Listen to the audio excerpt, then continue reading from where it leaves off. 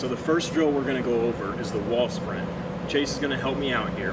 What I'm gonna have him do is get set up on the wall first. And when we get set up, just like I talked about in the article, his hands are gonna be right in front of his shoulders. His body's gonna be flat at about a 45-degree angle. His heels will be slightly lifted off the ground. And like we talked about, this isn't an active lift, it's more of a passive lift. And then his eyes are gonna be about 2 feet off the ground. So Chase, go ahead and hop in that position. All right, so just like we talked about, Chase has his body flat. He's got this neutral cervical spine, so his chin isn't dropped down and he's not looking up.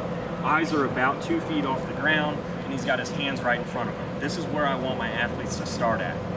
So next we're gonna go into the stride position. So what I'm gonna have him do is bring his knee up to about hip height.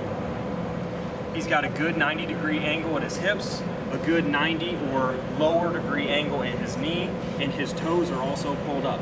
Now, when he gets into this position, it's important to have a strong core. If he doesn't have a strong core, the first thing that you're gonna notice is his shoulders shift and his hips will drop.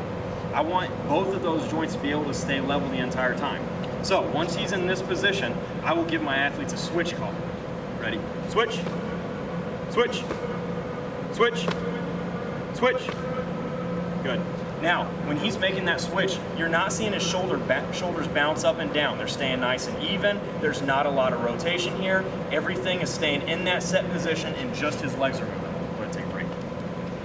So, the one other thing to look at, and this is where you're gonna be able to tell whether your athletes are strong or not, is when he goes to take that push, if he bounces off that bottom leg, he doesn't have the strength to make that reciprocation fast enough before he starts to drop.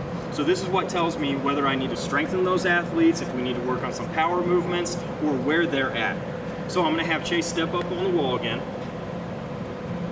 So now the third progression for this drill is now I'm gonna have them go through repetitions. So I have Chase come up into the stride position again. I'll call out either 1, 2, or 3, starting with the lower numbers and working my way up. So here we go. 1, 1, 2, 1, 2, 3, 2. Good, relax. And that's how we go through our wall sprint progression.